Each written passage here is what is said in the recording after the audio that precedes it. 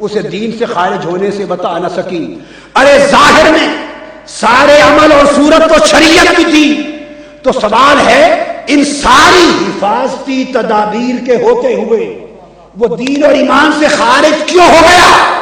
کس شے اس کے نماز، روزے، حج، زکوٰۃ اور عمل اور تلاوت قرآن کے ہونے کے باوجود کس شے اسے دین اور ایمان سے خارج کر دیا؟ اللہ کی عزت کی قسم، بخاری، مسلم، ابو داؤد، ترمذی، نسائی، ابن ماجہ، کل 60 کتب حدیث کی اٹھا کے دیکھ لیں، ایمان، نماز، روزہ، حج، زکوٰۃ، عمل، تلاوت قرآن، احکام شریعت کی کثرت کے باوجود ایک شے، صرف ایک، جس نے اسے دین اور ایمان سے خارج کر دیا، وہ مصطفیٰ کی بے ادبی تھی.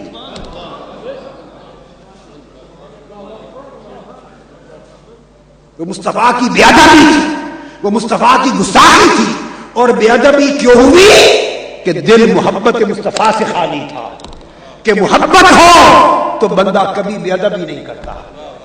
ارے محبت کرنے والا تو محبوب کے گلی کوچے کے کتوں کو بھی چومتا پھرتا ہے. کوئے سگ بوسیدہ مجنو خلق گفتائی چبود، گفت گاہے گاہے ہی در کوئے لیلا رفتہ بود. یہ ایک گوشہ. اب دوسرا پہلو محبت کا.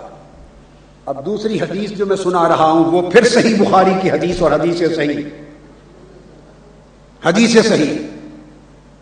اور اس حدیث کے راوی سیدنا عمر فاروق رضی اللہ تعالیٰ عنہ، اور حدیث بھی صحیح بخاری کی ہے. اور سیدنا فاروق اعظم روایت کرتے. اب ایک رخ دیکھ لیا نا آپ نے کہ اعمال کی کثرت تھی اور محبت میں کمی تھی تو دین اور ایمان سے خارج ہو گیا. اب اس کا دوسرا رخ بتاتا ہوں کہ اعمال میں کمی تھی مگر محبت سے دل بھرا تھا. اب اس کا رزلٹ بھی دیکھ لیجئے. اور اپنے پاس سے کوئی بات نہیں کہتا، مجھ پہ کوئی اعتراض نہ کرے، جسے کرنا ہو اگر اس کا ایمان اجازت دیتا ہے تو آقا علیہ السلام کی حدیث پر کر کے دیکھے.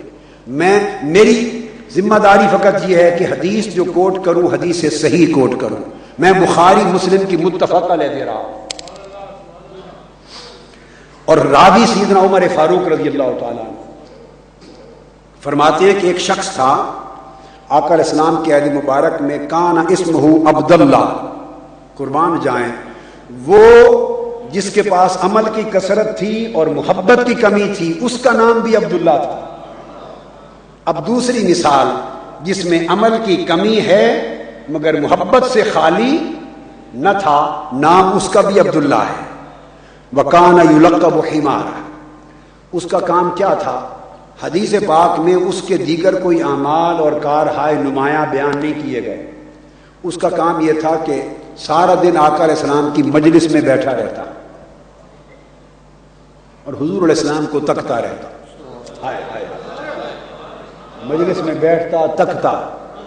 وہ دیکھتا کہ جو آتا ہے ہر کوئی اپنے دکھڑے سناتا ہے آقا علیہ السلام کو، کہتا ہے یا رسول اللہ میری غربت ہے، کھانے کا کچھ نہیں، کرم فرما دیجئے. تو حضور اس کا غم سنتے ہیں. کسی کی پریشانی اولاد کی ہے، حضور اس کا غم سنتے ہیں. کسی کو یہودی اور قرض دینے والے تنگ کر رہے ہیں، حضور اس کا دکھڑا سن رہے ہیں. کوئی بیمار ہے، حضور اس کا دکھڑا سن رہے ہیں. کوئی پریشان حال ہے. سارا دن وہ دیکھتا کہ جو آتا ہے اپنے دکھ سناتا ہے، اور آقا علیہ السلام ہر ایک کا دکھ سنتے اور دکھ بانٹتے ہیں. پھر بقیہ امت کی اصلاح، رشد و ہدایت کے لیے اپنا درد کرتے اور خطاب فرماتے، ہدایت دیتے، واعظ کرتے. صبح سے شام تک آقا علیہ السلام امت کا بوجھ اٹھاتے اور بوجھ بانٹتے سارا دن. اور وہ یہ دیکھتا کہ آقا علیہ السلام پر اس طرح انسانی اور بشری زندگی میں جو سارا دن لوگوں کی فکر کرے ایک سٹریس اور سٹین آ جاتا ہوگا، مگر حضور کو ہنساتا کوئی نہیں، حضور کا بوجھ اتارتا کوئی نہیں. اس کا اور کوئی کام نہیں تھا. وہ ہر 10 15 20 منٹ کے بعد جب گفتگو ہوتی تو کوئی لطیفہ سنا کر لطیفہ حضور کو ہنسا دیتا تھا. یہ بھی سنیے، ہر 10 15 منٹ 20 منٹ کے بعد وقفے سے کوئی لطیفہ سنا دیتا. ایسا لطیفہ آف کورس جو آقا علیہ السلام کی مجلس میں سنایا جا سکتا اور آقا علیہ السلام سماع فرما سکتے، آپ کی مجلس کی شان کے لائق. تو حدیث پاک میں وَكَانَ يُضْحِكُ رسول اللہ صلی اللہ علیہ وآلہ وسلم، وہ آقا علیہ السلام کو اس کا عمل صرف یہ تھا کہ حضور علیہ السلام کو ہنساتا تھا. کوئی ایسی بات کہ حضور مسکرا پڑے اور ہنسیں مسکرائیں تو آپ کا بوجھ اتر جائے، فریش ہو جائے آپ کی طبیعت، آپ ریلیکس کریں. وہ صرف آقا علیہ السلام کو ریلیکس کرتا، خوش کرتا تھا، یہ اس کا عمل تھا. اور اس کے عمل میں کچھ خرابی بھی تھی، غلطی، کوئی گناہ کبیرہ کر لیا، اس پر پھر کوڑوں کی سزا دی گئی. پھر کوئی گناہ کبیرہ کر لیا، پھر کوڑوں کی سزا دی گئی. پھر گناہ کبیرہ کر لیا، پھر کوڑوں کی سزا دی گئی. تو عمل میں یہ کمزوری بھی تھی. اوائل دور ہوگا جس زمانے چیزیں حرام ہوئی ہیں تو رفتہ رفتہ لوگوں کی طبیعتوں سے اور مزاجوں سے وہ چیزیں نکلیں اور صحبت کے طویل فیض سے پھر وہ سب پاکیزہ ہو گئے. تو وہ گناہ کبیرہ کر کے 2-3 بار کوڑوں کی سزا بھگت بیٹھا. ایک روز مسجد نبوی میں صحابہ کرام بیٹھے تھے اپنے حلقے میں، اس کی بات چل پڑی تو بعض صحابہ میں سے بعض نے اس پر لعنت بھیجی کہ اللہ اس پر لعنت کرے. اب صحابہ کرام کی مجلس میں اتنی بات ہوئی تھی کہ اچانک آقا علیہ الصلوۃ والسلام باہر تشریف لے آئے. اب مضمون محبت ہی بیان ہو رہا ہے. آپ نے وہ جملہ سن لیا کہ صحابہ میں سے بعض کہہ رہے ہیں کہ خدا لعنت کرے اس پر کہ اتنی بار اسے سزا ملی، حد جاری ہوئی، پھر بھی گناہ نہیں چھوڑا. تو آقا علیہ السلام نے بات سن کر فقال النبی صلی اللہ علیہ وآلہ وسلم لا تلعنوه فواللہ ما علمت انه يحب اللہ ورسولہ، فرمایا خبردار اس پر لعنت نہ بھیجنا. صحابہ کرام سے فرمایا خبردار اس پر لعنت نہ بھیجنا. فرمایا خدا کی قسم میں جانتا ہوں کہ اس کے دل میں اللہ اس کے رسول کی محبت ہے.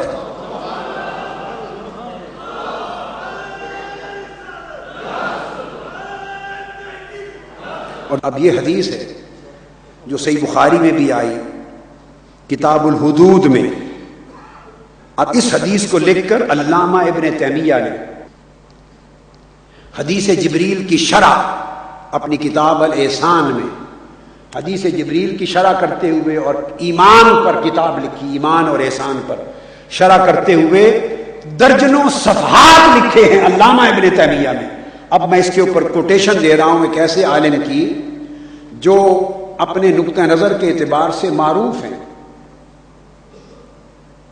وہ عاشق علماء میں اور صوفی علماء میں تصور نہیں کیے جاتے.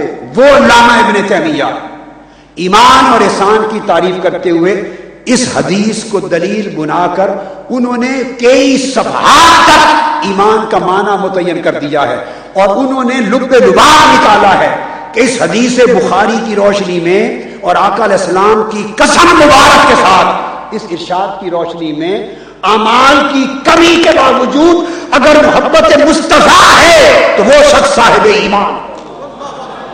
انہوں نے ایمان کی تعریف حضور کی محبت کے ساتھ کر دی اور یہ لکھا ہے اگر اعمال میں نقص ہو اور محبت ہو تو بندہ مومن رہے گا، وہ ایمان سے خارج نہ ہوگا. اعمال میں کمی تھی، محبت میں نہ تھی. اور محبت کی دلیل کیا تھی؟ یہ محبت کی علامت تھی کہ اسے نہ کوئی اور فکر تھا نہ غم تھا، صرف حضور کا غم رہتا کہ تھوڑی تھوڑی دیر بعد میں حضور کو ہنسا دوں. ارے یہ سوچ کس کی ہوتی ہے؟ یہ صاحب محبت کی ہوتی ہے. اس محبت کے عمل نے اتنے بڑے گناہ کبیرہ کو بار بار کرنے کے باوجود اسے ایمان سے نکلنے نہ دیا. ادھر کثرت سے اعمال شریعت ہونے کے باوجود وہ اسے ایمان میں سے نکلنے سے روک نہ سکے. تو پتہ چلا ایمان اعمال کی کثرت کا نام نہیں ہے، اعمال کثرت محبت کا نام ہے، خواہ محبت خدا ہو یا محبت مصطفیٰ ہو. اگر محبت کے ساتھ عمل مل جائے تو محبت ایمان کو کامل کر دیتی ہے، اور اگر عمل نہ ملے تو ایمان کا وجود رہتا تب بھی ہے مگر وہ ناقص ہوتا ہے۔ عمل نہ ہو تو بغیر عمل کے ایمان ناقص رہتا ہے مگر ایمان سے خارج نہیں ہوتا، وہ بندہ مومن ہوگا۔ مگر عمل کے پہاڑ موجود ہوں اور محبت میں نقص واقع ہو جائے، وہ بندہ دین اور ایمان سے ہی خارج ہو جاتا ہے۔ یہ موازنہ ہے دو چیزوں کا۔ اس لیے عرض کیا کہ